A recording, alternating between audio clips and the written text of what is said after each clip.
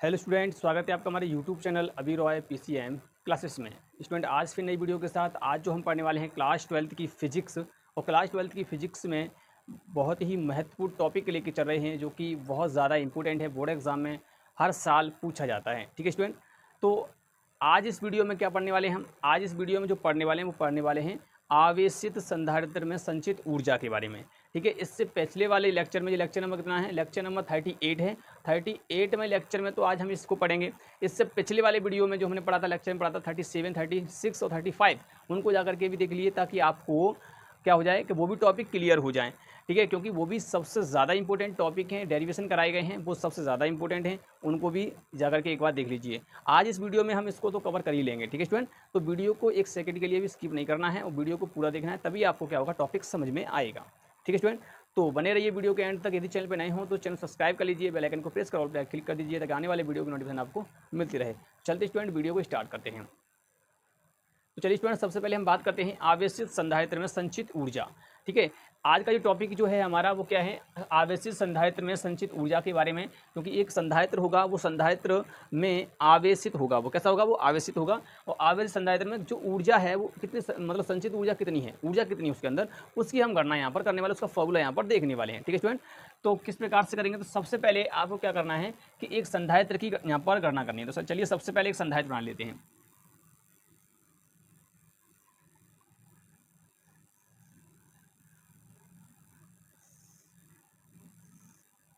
ये एक संधारित्र हमने बनाया है। आपको पता है कि इसकी ये प्लेट एक्स है, ये प्लेट वाई है। ठीक है नहीं? अब देखिए, इस जो संधारित्र आपको दिखाई दे रहा है, इसको हमने एक बैटरी से कनेक्ट कर देंगे। किससे कर देंगे? एक बैटरी से कनेक्ट कर देंगे।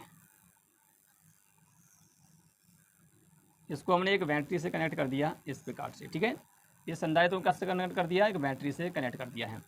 अब जब हम इसको बैटरी से, इसका ये प्लस सिरा, ये माइनस सिरा है। ठीक है, तो ये पहले से ही आवेशित है। तो इस बैटरी से कितना आवेशित है ये? तो इस पर गया था आपका प्लस क्यू डैश आवेश और इस पर गया माइनस का क्यू डैश आवेश। क्यों? क्योंकि यहाँ से जो था कि आपका प्लस आवेश गया तो क्यू डैश आवेश यहाँ से गया प्लस, और यहाँ से जो गया माइनस आवेश चला गया क्यू डैश। ठीक है ना, ये माइनस वाला, ये प्लस वाला गया। ठीक है, तो इस प्रकार से ये आवेशित हुआ। तो एक्स वाली जो प्लेट है इस पर ये प्लस क्यू आवेश आ गया। कितना आ गया? प्लस क्यू आवेश, क्योंकि ये आवेशित हो चुका है अभी यहाँ पर। ठीक है, और इस पर आया माइनस आवेश। कितना आया यहाँ पे? माइनस आवेश आ गया इस प्लेट पर। ठीक है स्टूडेंट, इस प्रकार से। अब देखिए, जब इस पर आवेश क्यू डैश था तब इसका जो विभव कितना था? तब इसका जो इनके बीच का जो विभव है वो है वी डैश। कितना है? We dash. इन दोनों प्लेटों के मध्य का जो विभव होगा वो कितना है? वी डैश है। ठीक है, तो इस प्रकार से अब हमें करना, ये आवेशित है तो इसके अंदर कितनी ऊर्जा संचित है, वो जब ये आवेशित है तो उसके अंदर कितनी ऊर्जा संचित है वो उसकी हमें यहाँ पर गणना करनी है। तो स्टूडेंट, सबसे पहले तो आपको क्या करना होगा? सबसे पहले आपको इसकी थ्योरी लिखनी होगी। क्या लिखनी होगी? थ्योरी लिखेंगे। ठीक है, थ्योरी में क्या लिखना है? थ्योरी में लिखना है कि माना एक संधारित्र है जो एक बैटरी से जुड़ा हुआ है। ठीक है नहीं, जिसकी एक्स प्लेट पर प्लस क्यू डैश आवेश तथा वाई प्लेट पर माइनस क्यू डैश आवेश है। ठीक है, इनके बीच का विभवांतर वी डैश है। कितना है? वी डैश है। तो आवेशित संधारित्र में संचित ऊर्जा की गणना करने पर, क्या करने पर? गणना करने पर। बस इतना आपको थ्योरी में लिखना है। ठीक है स्टूडेंट, आप समझिए, यहाँ से ये आवेश जाएगा इस प्रकार से, तो इस पर प्लस क्यू आवेश आया और इसके बाद क्या है यहाँ पर? इस पर माइनस आवेश आया, तो ये माइनस आवेश इस प्रकार से जाएगा यहाँ से ऐसे।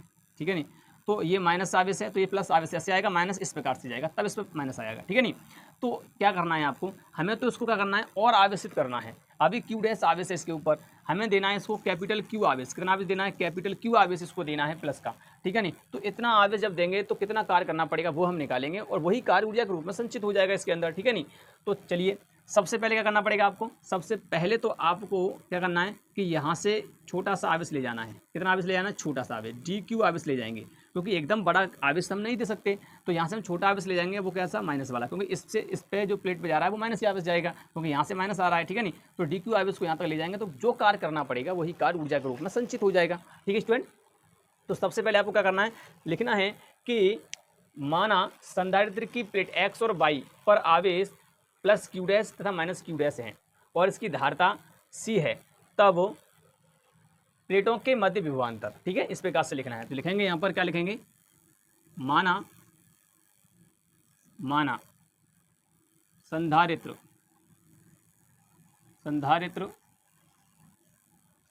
संधारित्र की प्लेटों एक्स और वाई पर आवेश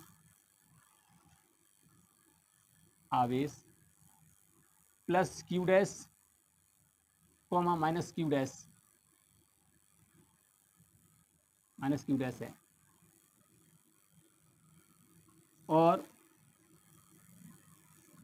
संधारित्र की धारिता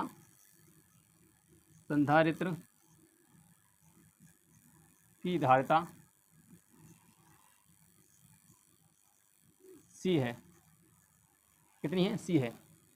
तब प्लेटों के मध्य विभवांतर, प्लेटों के मध्य विभवांतर कितना हो जाएगा? विभवांतर तो आपने फॉर्मूला पढ़ा है, सी बराबर होता है क्यू अपॉन वी, और यहाँ पर क्यू कैपिटल नहीं होगा क्योंकि हम यहाँ पर स्मॉल क्यू आवेश है। देखिए इस पर ये स्मॉल क्यू डैश आवेश है, ठीक है।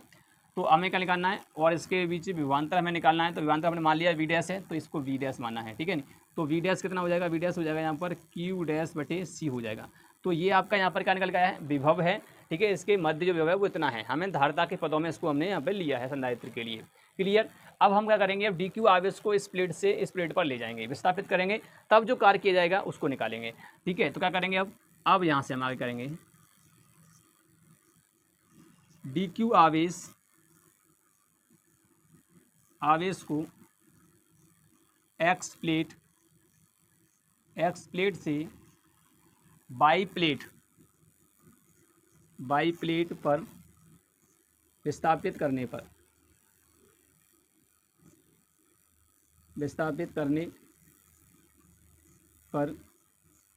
किया गया कार्य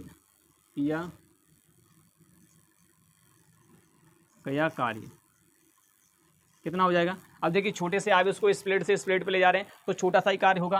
कार्य बराबर क्या होता है? बल गुणे विस्थापन। परंतु यहाँ पर वो फॉर्मूला नहीं लगेगा, 9th में लगाया था वो। यहाँ पर हम लगाएंगे विभव में संबंध वाला, V बराबर W अपॉन Q वाला। कितने आवेश को ले जा रहे हो तो यहाँ से कार्य जब निकालोगे ना तो कार्य बराबर निकल आएगा V इंटू क्यू। कितना विभव पर कितने आवेश को ले जा रहे हो, तो हम यहाँ से डी क्यू आवेश ले जा रहे हैं तो इतने विभव का सामना करना पड़ेगा। तो जो कार्य करना पड़ेगा तो वो छोटा सा कार्य होगा, डी डब्ल्यू बराबर वी डैश वाला विभव, और आपको डी क्यू आवेश यहाँ पर ले जा रही हो, ठीक है। नहीं कितना ले जा रही हो? डी क्यू आवेश यहाँ से तुम ले जा रहे हो। अब इसको मान रख दीजिए इसमें, तो डी डब्ल्यू बराबर इसका मान हमने निकाला है क्यू डैश बटे सी और डी क्यू, ठीक है। क्लियर। ये आपका कार्य यहाँ पर निकल के आता है, ठीक है स्टूडेंट। इतना कार्य निकल के आया, छोटा सा कार्य है। अब आपको क्या करना है, संपूर्ण आवेश देना है इस प्लेट से इस प्लेट पर, यानी कि प्लस क्यू आवेश देना है इसको। संधारित्र को कितना आवेश देना है? प्लस क्यू आवेश देना है। तो प्लस क्यू आवेश देने के लिए आपको टोटल कार्य कितना करना पड़ा, वही कार्य ऊर्जा के रूप में संचित हो जाएगा। तो आपको क्या करना पड़ेगा, संपूर्ण आवेश देने के लिए आपको इसका समाकलन करना होगा, कहाँ से? 0 से लेकर प्लस क्यू तक, ठीक है स्टूडेंट। तो आगे करते हैं इसको। तो चलिए अब हम आगे करते हैं, क्या करते हैं, अब संपूर्ण आवेश यानी कि प्लस क्यू आवेश, संधारित्र को प्लस क्यू आवेश देने पर किया गया कुल कार्य। तो यहाँ पर आप करेंगे, अब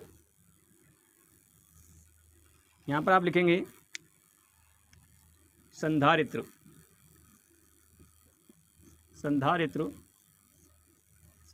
को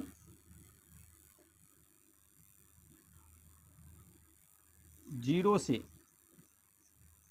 क्यू आवेशित करने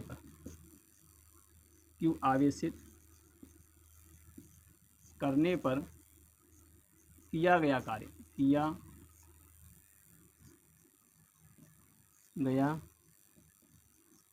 कार्य। अब यहाँ पर कार्य निकालेंगे तो समाकलन करना पड़ेगा, W बराबर इंटीग्रेशन 0 से कैपिटल Q, और किसका कर रहे हैं? इसका कर रहे हैं, तो जो हो जाएगा Q डैश बटे C और डी क्यू। इसका हम समाकलन कर रहे हैं क्योंकि हम 0 से कैपिटल Q आवेश दे रहे हैं। तो 0 हो गया लो लिमिट और कैपिटल Q हो गया अपर लिमिट, ठीक है। अब इसका आगे आपको कैलकुलेशन करना है और सो आपका क्या निकल आएगा, फॉर्मूला निकल आएगा। तो चलिए करते हैं आगे। तो ये हो जाएगा W बराबर हो जाएगा, यहाँ पर देखिए जो कांस्टेंट से बाहर निकाले सी को बाहर निकाल लो तो 1/c बाहर निकल आएगा। इंटीग्रेशन हो जाएगा 0 से कैपिटल Q और Q डैश और डी क्यू, ठीक है। इस प्रकार से होगा। अब आपका एक फॉर्मूला होता है, ध्यान से समझिए, एक फॉर्मूला होता है मैथ में, क्या होता है कि इंटीग्रेशन की पावर x की पावर n और dx है। तो ये फॉर्मूला हो जाता है x की पावर n+1 बटे में n+1, ठीक है। नहीं इस प्रकार से होता है, ठीक है। इस प्रकार से फॉर्मूला होता है। तो ऐसे ही यहाँ बन रहा है। तो ये देखिए ये घात नहीं है, ये केवल डैश लगा हुआ है, परंतु इसके ऊपर घात 1 मानेंगे क्योंकि है होता है 1। अगर कोई घात नहीं होती तो उसके ऊपर क्या होती है, एक घात होती है। तो यहाँ हो जाएगा ये W बराबर कितना हो जाएगा 1/c, और इसका हो जाएगा इंटीग्रेशन करेंगे तो यहाँ पर लिमिट लगाना पड़ेगा। ये हो जाएगा Q, देखो डैश तो है, ठीक है। नहीं अब इसके ऊपर जो घात आएगी 1+1 आएगी, ठीक है। नहीं और बट्टे में क्या आ जाएगा 1+1 नीचे, इस प्रकार से, और यहाँ पर क्या हो जाएगा आपका 0 से कैपिटल क्यू, इस प्रकार से होगा। ये तो डैश है, 1 + 1 हो जाएगा, बटे 1 + 1 हो जाएगा। क्लियर यहाँ तक क्लियर? तो वीडियो को लाइक कर दीजिए। तो इसको हम रफ कर देते हैं, उसके बाद इसको आगे कैलकुलेशन करते हैं, ठीक है।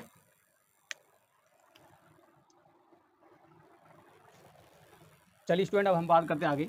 तो W बराबर कितना हो जाएगा? W बराबर यहाँ पर जो हो जाएगा वो जाएगा 1/c, और यहाँ पर तुम्हारा कितना है, देखिए ये हो जाएगा Q डैश की घात 2 हो जाएगा, और बट्टे में 2 हो जाएगा, 0 से Q हो जाएगा। अब देखिए W बराबर कितना हो जाएगा, 2 को बाहर निकालिए 1/2, और नीचे क्या आ जाएगा C, ठीक है नहीं। और यहाँ पर रह गया आपका Q डैश का स्क्वायर रहेगा यहाँ पर, और 0 से कैपिटल Q। अब लिमिट का मान रखेंगे यहाँ पर, तो W कितना हो जाएगा, पहले अपर लिमिट का मान रखते हैं, 2C यहाँ पर हो जाएगा। तो अपर लिमिट कितना है Q, तो Q डैश की जगह पर रखिए, तो Q का स्क्वायर हो जाएगा, माइनस लगाइए, एक बार 0 रख दीजिए Q के ऊपर, तो उसका किसी की घात 0 होती है, तो यहाँ पर देखिए 0 रखेंगे, कितना रखेंगे, 0 रखेंगे यहाँ पर, और 0 का वर्ग कितना होगा, 0 हो जाएगा, ठीक है, घात नहीं, क्योंकि घात तो 2 है, 0 इसमें रखेंगे Q की जगह पर, तो 0 का वर्ग 0 होता है, सिंपल। तो यहाँ पर W बराबर हो जाएगा 1/2C, ठीक है नहीं, और यहाँ पर आपका कितना हो जाएगा, ये Q स्क्वायर हो जाएगा, ठीक है।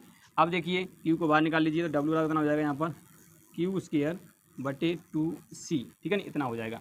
आप चाहो तो इस प्रकार से लिख सकते हैं कि W बराबर हो जाएगा 1/2 और Q स्क्वायर C, ऐसे लिख सकते हैं। तो ये तो कार निकल आया आपका, ये आपका यहाँ पर क्या निकल के आया है, कार निकल के आया है, और यही कार्य ऊर्जा के रूप में संचित होता है। तो यहाँ पर लिख देंगे यही कार्य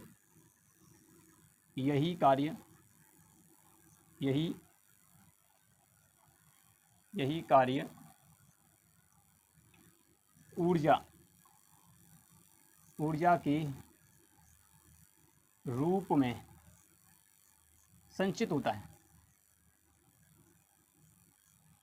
संचित होता है, तो ये U बराबर हो जाएगा W, तो यहाँ पर हो जाएगा U बराबर 1/2 Q स्क्वायर बटे में C, ठीक है, इस प्रकार से होगा यहाँ पर। तो ये फॉर्मूला आपका यहाँ पर निकल के आता है, ऊर्जा के लिए इतनी ऊर्जा होती है संधारित्र की प्लेटों के मध्य, ठीक है नहीं, इस प्रकार से। अब इसका दूसरा फॉर्म इसका देख लेते हैं। तो यहाँ पर Q स्क्वायर है, ठीक है नहीं, आपने धारिता का फॉर्मूला क्या पढ़ा है, धारिता का फॉर्मूला पढ़ा है, C बराबर क्या होता है, C बराबर होता है Q/V, क्या होता है, Q/V होता है। तो आप चाहो तो इस C की जगह पर Q/V रख दीजिए, तो क्या बन जाएगा फॉर्मूला, ये तो ये बन जाएगा U बराबर 1/2 और Q स्क्वायर बट्टे में नीचे रखेंगे Q/V, ऐसे पलट दोगे तो हो जाएगा U बराबर 1/2 और V ऊपर पहुंच जाएगा, और Q स्क्वायर बट्टे में Q हो जाएगा, Q से एक Q यहाँ से कट जाएगा, ठीक है नहीं, तो हो जाएगा U बराबर हो जाएगा 1/2 QV, ठीक है नहीं। तो इस प्रकार से ये ऊर्जा निकल के आएगी, एक फॉर्मूला आपका ये हो जाएगा यहाँ पर, क्लियर। तो U बराबर हाफ QV, ठीक है नहीं, QV, तो एक फॉर्मूला आपका ये वाला बन जाता है, क्लियर। अब चलिए दूसरा, अब तीसरा फॉर्मूला देखिए। अब तीसरा फॉर्मूला मैं यहाँ पर बना देता हूँ, आप देखिए। तो अगर हम इसी का यहाँ पर करें तो ये क्या हो जाएगा, Q बराबर हो जाएगा CV, ठीक है नहीं। अब Q की जगह पर CV रखिए, क्या रखिए, C और V रखिए।